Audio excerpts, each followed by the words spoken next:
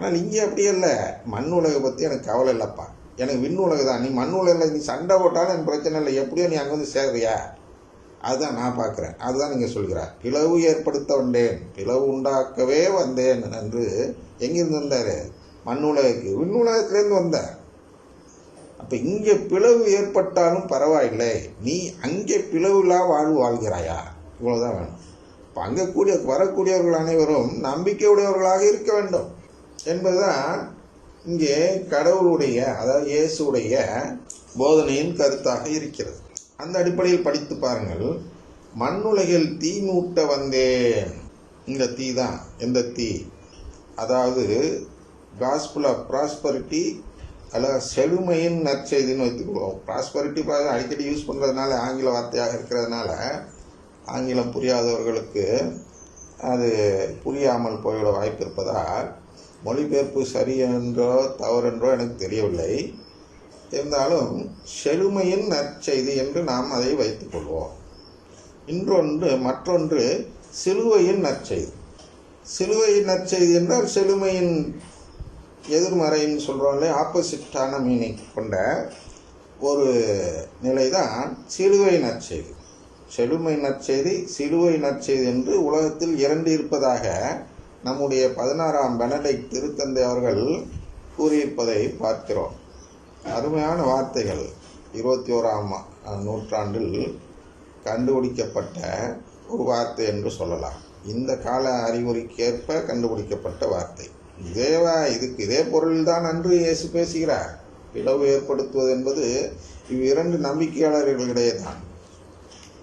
ஒருவர் இல்லை, இந்த மண்ணுலகில் செழுமை உண்டு பண்ணதான் இயேசு வந்தார் என்று ஒரு கூட்டம். இயேசுனா கடவுள் வந்தார் என்றே சொல்லலாம். ஏனென்றால் மற்ற மதங்களும் இயேசுவின் மதங்கள் தான். இயேசுவின் பெயரை பயன்படுத்தாத மதங்களும் இயேசுவின் மதங்கள் தான். ஆனால் அவர்கள் எல்லோரும் எதை சேர்ந்தவர்கள் என்றால் இந்த செழுமை நற்செய்தியை கடைபிடிக்கும் மதங்களாக இருக்கின்றன. இவ்வளவுதான். கடவுளுடைய பார்வையில் 2 பிரிவு தான். அதை தான் செம்மறி என்றும் வெள்ளாடு என்றும் நாம் பிரித்திருந்தோம் ஏற்கனவே. வாழ விரும்புவோர் வாழ விரும்பாதவர் என்று பிரித்திருந்தோம். அப்புறம் உடன்படிக்கை செய்தோர் உடன்படிக்கை செய்யாதோர் என்று பிரித்திருந்தோம். கடவுளின் குடும்பத்தினர் கடவுளின் குடும்பத்தல்லாதவர்கள் என்று பிரித்திருந்தோம், புறவனத்தார் என்று. இப்படியெல்லாம் வெவ்வேறு வார்த்தையில் ஒரே விஷயத்தை தான் சொல்ல வருகிறோம். என்ன சொல்ல வருகிறோம்? செழுமை நற்செய்தியை கடைபிடிப்பவர்கள் என்று ஒரு பிரிவும், சிலுவை நற்செய்தியை கடைபிடிப்பவர் என்று மற்றொரு பிரிவும் இந்த உலகத்தில் இருக்கிறது. இவர்களிடையே பெரிய பிளவு ஏற்படும், சண்டை ஏற்படும். நான் சொன்னேன் இல்லையா, எங்கள் அம்மா அப்பாலாம் என்னை வீட்டை விட்டே வரட்டி விட்டாங்க, போடவில்லைன்னு. நீ சிலுவை நற்செய்தியை கடைபிடிக்கிறவனாக இருந்தால் என் வீட்டில் இருக்காதே, உன்னால் எனக்கு அவமானமாக இருக்கிறது, அந்த அவமானத்தை என்னால் தாங்கிக் கொள்ள முடியாது என்று என் தகப்பனார் கூறி வெளியே அனுப்பி விடுகிறார். அதெல்லாம் பார்க்கிறோம். இதெல்லாம் தான் அந்த பிளவும் அந்த தீ மூட்டும் சேரும். நாம் செழுமை நற்செய்தியை விட்டு சிலுவை நற்செய்திக்கு மாறும் பொழுது நம்மை சுற்றி இருப்பவர்களுக்கு ஒரு அவமான நிலை, இல்லாட்டி ஏற்புடைமை இல்லாத நிலை என்று சொல்லலாம். ஒரு உதாரணத்துக்கு பெந்தகோஸ்து பாட்டு பாடுகிறார்கள் திருப்பலியிலோ ஏதோ ஆலய வழிபாட்டிலோ பாடும் பொழுது ஒரு 4-5 பேர் எழுந்துச்சு வந்துடுவாங்க. யார் 4-5 பேர் எழுந்துச்சு வருவாங்கன்னா, பெந்தகோஸ்து பாடுவது என்பது செழுமை நற்செய்தியை கடைபிடிப்போர் செய்யும் செயல். ஏனென்றால் இவர்கள் நம்பிக்கையும் பெந்தகோஸ்து நம்பிக்கையும் ஒன்று, செழுமை நற்செய்தி தான். ஆனால் சிலுவை நற்செய்தியை கடைபிடிப்போருக்கு இது தவறான செயல் என்று தெரியும் என்பதால் அவர்கள் அங்கிருந்து வெளியேறினார்கள் என்று வைத்துக்கொண்டால், அந்த வழிபாட்டை நடத்தும் ஒரு அருட்தந்தை தான் நடத்துவார் அல்லவா நம்முடைய ஆலயங்களில். அந்த அருட்தந்தைக்கு ஒரு பயங்கர கோபம், இவர்களெல்லாம் கொன்று ஒழித்து விட வேண்டும் என்று ஒரு கோபம் வரும். நான் படித்திருக்கிறேன், நான் சொல்கிறேன், என்ன நம்பாமல் ஏஞ்சி போகிறேன் அப்படின்னு அப்படியே தீ பற்றிக்கிட்டு எரியும் அவர்கிட்ட. அந்த தீயை சொல்கிறார், தீ மூட்ட வந்தேன், மண்ணுலகில் தீ மூட்ட வந்தேன்.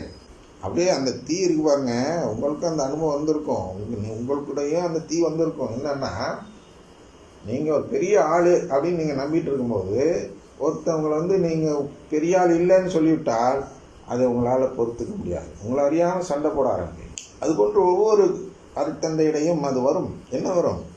இவ்வளோ காலம் நாம் போய் அங்கங்கே வெளிநாடுலாம் போய் படித்து இடிச்சிட்டு வந்திருக்கிறோம்.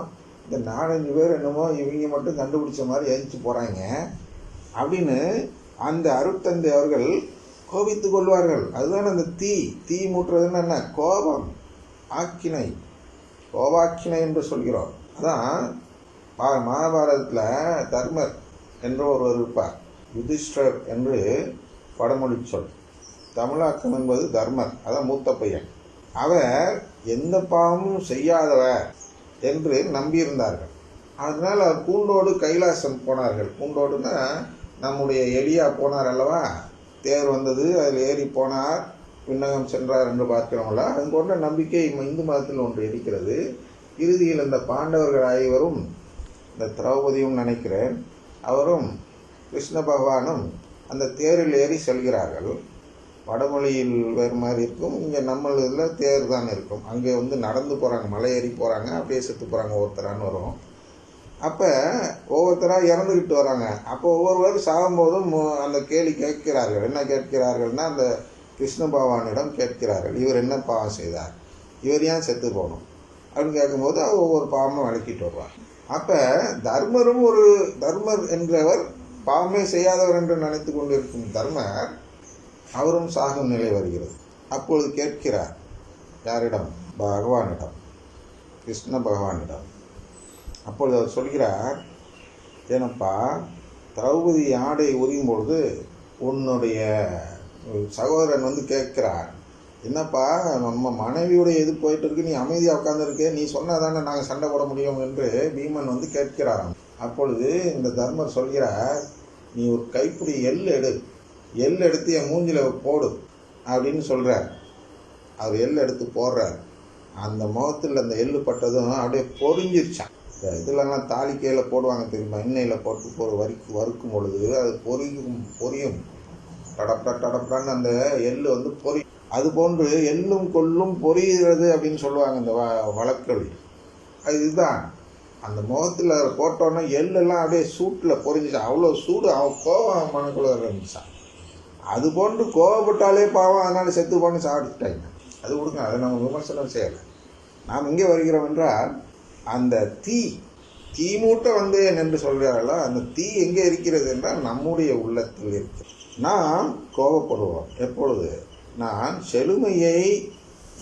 செழுமை நற்செய்தியை நம்பி வாழக்கூடியவனாக இருக்கிறேன் என்றால், என்னிடம் ஒருவர் எப்பா செழுமையை நம்பி வாழ்வது கடவுள் காட்டிய வழி அல்ல, சிலுவையை நம்பி வாழ்வது, அதாவது துன்பத் துயரங்களை நம்பி வாழ்வது, துன்பத் துயரங்களை ஏற்றுக்கொள்வதுதான் கடவுள் காட்டிய வழி என்று சொல்லும் பொழுது அவர்களுக்கு கோபம் வரும். அதிலும் குறிப்பாக படித்தவர்கள் இருப்பார்கள். ஆனால் இது செழுமைதான் என்று படித்தவர்கள் இருப்பார்கள் என்றால் அவர்களுக்கு ரொம்ப கோபம் வரும். என்ன, நான் படித்து தெரிஞ்சிருக்கிறேன், செழுமை நற்செய்தி என்று நான் தெரிஞ்சிருக்கும் போது நீ ஏன் சிலுவையை குறித்து சொல்கிறாய் என்று கோபம் வரும். இதுதான் லிபரேஷன் தியாலஜி என்று சொல்கிறோம். அதில் ஒன்று தான், லிபரேஷன் தியாலஜின்னு சொன்னாலும் இவர்கள் எல்லோரும் கடைப்பிடிப்பது லிபரேஷன் தியாலஜி தான். அதனால் அதை படித்து இருக்கக்கூடிய அந்த லிபரேஷன் விடுதலை இறையல் படித்திருக்கக்கூடிய ஒரு இறையாளரிடம் சென்று சிலுவை நற்செய்தியை போதிப்போம் என்றால், அதாவது நீங்கள் விடுதலை நற்செய்தியை விடுதலை இறையல் போதிப்பது சரியல்ல என்று சொல்லிவிடுவோம் என்றால், அவர் கையில் கத்தி கிடைச்சுன்னா நம்மளுக்கு கொன்னே விடுவார். மக்கள் இவ்வளோ பேர் செத்துக்கிட்டு இது பண்ணிட்டு இருக்கிறான், இதை பற்றி கவலைப்படாத கடவுள் நீ சொல்கிற விஷயத்துக்காக கவலைப்பட்டு இருப்பார் அப்படின்னு அவர்கள் அடிக்க வருவார். அதிலெல்லாம் நான் அனுபவப்பட்டிருப்பதால் சொல்கிறேன் துணிச்சலும். அவர்களுடைய அந்த பார்வையே வேறு விதமாக இருக்கும். கடவுள்னா இங்கே உள்ள அநீதியை காப்பாற்ற வேண்டும். குறிப்பாக தலித் இயக்கம் என்றெல்லாம் சொல்கிறோம் அல்லவா, அந்த இஞ்ஞாசியாருடைய சபை, சேசு சபை என்று அழைக்கக்கூடியவர்கள் தலித் இயக்கத்திற்காக பாடுபட்டு கொண்டிருக்கிறார். அவர்களிடம் சென்று, ஐயா தலித்துக்கு இயக்கம்லாம் வச்சிங்க, ஆனால் அதுக்கு முக்கியத்துவம் கொடுத்துட்டு நற்கருணை மேல் உள்ள நம்பிக்கை விட்டுவிடாதீங்கிற மாதிரி பேசினா, இத்தனை ஆண்டு காலமாக அவர்களெல்லாம் கொடுமைப்படுத்தப்பட்டவர்களாக இருக்கிறார்கள், அவரை குறித்து நீ கவலைப்படாமல் வேறு என்னத்தை குறித்து கவலைப்பட, உனக்குலாம் கடவுள் ஆசீர்வாதம் கொடுப்பாரா அப்படின்னு நம்மை பார்த்து சவிப்பார்கள். கரெக்டு, அது போராட வேண்டும். அது என்ன மண்ணுலக கடமை. மண்ணுலக கலவையில் உங்க போராட வேண்டாம் என்றெல்லாம் இயேசு சொல்லலை. நீங்கள் எங்கெல்லாம் அநீதி நடக்குதோ அங்கே போராடுவது நம்முடைய கடமை. ஆனால் அது வழி அல்ல. மீட்பு பெறுவதற்கான வழி அது அல்ல. என்ன செய்ய வேண்டும்? மீட்பு பெற வேண்டும் என்றால் நாம் கடவுளின் குடும்பத்தை நம்ப வேண்டும். அதுக்கேற்ற வழியை தேட வேண்டும். அதான் இன்றைய முதல் வாசகத்தில் கூறப்படுகிறது. ஆனால் முதலில் இதை தெளிவாக புரிந்து கொண்டு ஒருக்கா வாசித்து பார்த்துக்கணும் ஒரு முறை. மண்ணுலையில் தீ மூட்ட வந்தேன். இந்த தீ புரியுதுல, அது இப்பொழுதே பற்றி எறிந்து கொண்டு இருக்க வேண்டும் என்பதே என் விருப்பம். இப்பொழுது அவர் இருக்கும்போதே அந்த மக்களை சிலுவை நற்செய்திக்கு அழைத்து வர வேண்டும் என்பது அவருடைய விருப்பம். அவருடைய காலத்திலேயே இந்த செழுமை நற்செய்தியை நம்பக்கூடியவர்களை பிரித்தெடுத்து விரட்டிவிட வேண்டும் என்பது அவருடைய விருப்பம். அதுதான் பார்க்கிறோம். யோவான் 6வது அதிகாரத்தில் பார்க்கும் பொழுது இந்த 72 சீடர்களாக இருந்தவர்கள் 12 நபர்களாக குறைந்து விடுகிறார்கள். அப்பொழுது அவர்களை பார்த்து இயேசு கேட்கிறார், நீங்களும் போய்விட நினைக்கிறீர்களா என்று. அதுதான் அந்த பிளவு. 60 நபர்கள் பிரிந்து சென்று விடுகிறார்கள். யோவான் 6வது அதிகாரத்தில் 66வது வசனத்தை பதித்தீர்கள் என்றால் அன்று முதல் அவர் பின்னால் போகலன்னு சொல்லப்பட்டிருக்கும். அப்பொழுதுதான் பேதுருவை பார்த்து கேட்கிறார். என்ன கேட்கிறார்? பேதுரு கடவுளிடம் சொல்கிறார். எப்போ சொல்கிறார்? நீங்களும் போய்விட நினைக்கிறீர்களா என்று இயேசு சொன்னதும் பேதுரு சொல்கிறார், நாங்கள் யாரிடம் போவோம்? வாழ்வு தரும் வார்த்தை உம்மிடம் அல்லவா இருக்கிறது என்று சொல்கிறார். அப்போ இந்த வாழ்வு தரும் வார்த்தை அப்படின்னா குடும்ப வாழ்வை தரும் வார்த்தை உம்மிடம் அல்லவா இருக்கிறது என்பதுதான் பேதுரு சொன்னதின் பொருள்.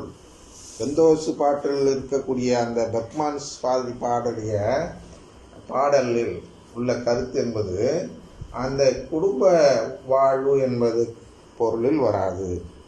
அதுக்கு நேர் எதிரான ஒரு பொருளில் வருவதால் தான் அந்த பாடலை நாம் பாடக்கூடாது. ஏனென்றால் அவர்கள் குடும்பத்தை நம்பாதவர்கள். அவர் குடும்பத்தை நம்பியிருந்தால் இங்கிருந்து போயிருக்க மாட்டார். ஆயர்களே அனுப்பியிருந்தாலும் காலில் கையில் விழுந்து, ஐயோ என்னை குடும்பத்தை விட்டு நீக்கி விடாதீர்கள் என்று காலில் கையில் விழுந்து மன்றாடி, நான் என்னுடைய போதனையை மாற்றிக்கொள்கிறேன், திருச்சபை கேட்ப போதிக்கிறேன் என்று சொல்லி மனம் மாறி வந்திருப்பார். எப்பொழுது அவர் ஒருவேளை அந்த கடவுளின் குடும்பத்தை நம்பியிருந்தால். நம்புதல்னா குடும்பம் என்று எல்லாருக்கும் தெரியாத வசனமே தெளிவாக சொல்லுது. அதில் ஒரு வார்த்தை இருக்கிறது பாருங்க. முதல் வாசகத்தை வாசிக்கிறேன். விண்ணுலையிலும் மண்ணுலையிலும் உள்ள, நல்லா புரிஞ்சுக்கங்க. இப்போதான் நான் சொன்னேன் இல்லையா, வெறும் மண்ணுலையில் பார்க்காதீங்க. விண்ணுலையிலும் மண்ணுலையிலும் உள்ள ஒவ்வொரு குடும்பமும் உண்மையிலேயே குடும்பமாய் விளங்குவதற்கு காரணமாய் இருக்கிற தந்தையிடம் நான் மண்டியிட்டு வேண்டுகிறேன். புரியுதா? இது உண்மையான குடும்பம். விண்ணுலையிலும் குடும்பம்தான். விண்ணுலையில் ஒன்றும் கடவுளுடைய மக்கள் பீப்புள் கிடையாது, கடவுளுடைய சில்ட்ரன் என்ற மக்கள். அதான் சொல்கிறார். விண்ணுலகிலும் மண்ணுலகில் உள்ள குடும்பம்னு நீங்கள் சொல்லலாம். விண்ணுலகில் இருக்க குடும்பம் குடும்பமாக இருக்கிற அங்கே கடவுளின் குடும்பம் என்று ஒரே குடும்பம் தான் இருக்கிறது. விண்ணுலகிலும் மண்ணுலகிலும் உள்ள ஒவ்வொரு குடும்பமும் உண்மையிலேயே குடும்பமாய், நல்லா புரிஞ்சுங்க. அந்த உண்மையிலேயே குடும்பம் இல்லை என்று சொல்பவர் தான் மற்ற பிரிவினை சகோதரர்கள். அதுலேயும் பெர்க்மான்ஸ் பாட்டும் பெர்க்மான்ஸும். அதனால் இங்கே என்ன சொல்ல வருகிறார் என்றால், தீமூட்ட வந்தேன், அது இப்பொழுதே பற்றி எறிந்து கொண்டிருக்க வேண்டும் என்பதே என் விருப்பம். அது அங்கே 12 நபர்கள் பிரிந்தபோது கொஞ்சம் பத்தி தான். ஆனால் அது உலக மக்களுக்கு அவர் பரப்பவில்லை. ஏன் பரப்பவில்லை என்று பார்க்க வேண்டும். அதற்கு அவரே சொல்கிறார், ஆயினும் நான் பெற வேண்டிய ஒரு திருமுழுக்கு உண்டு. எல்லாம் இதுக்கு இந்த பாதிரி என்ன பதில் சொன்னதா நான் கேள்விப்படல. அப்போ இயேசு ஒரு திருமுழுக்கு பெற்றாரு. யோர்தான் நதிக்கரையில் யோவான் ஸ்நானன் திருமுழுக்கு யோவானிடம் ஒரு திருமுழுக்கு பெறுகிறாரு. அதுதான் திருமுழுக்கு. அப்போதுதான் புறா வந்தது தூயாவி வடிவில். அப்போ இன்னொரு திருமுழுக்கு என்ன பெற வேண்டும் என்று யோசித்தார்களா? இல்லை, யோசிக்க மாட்டார்கள்.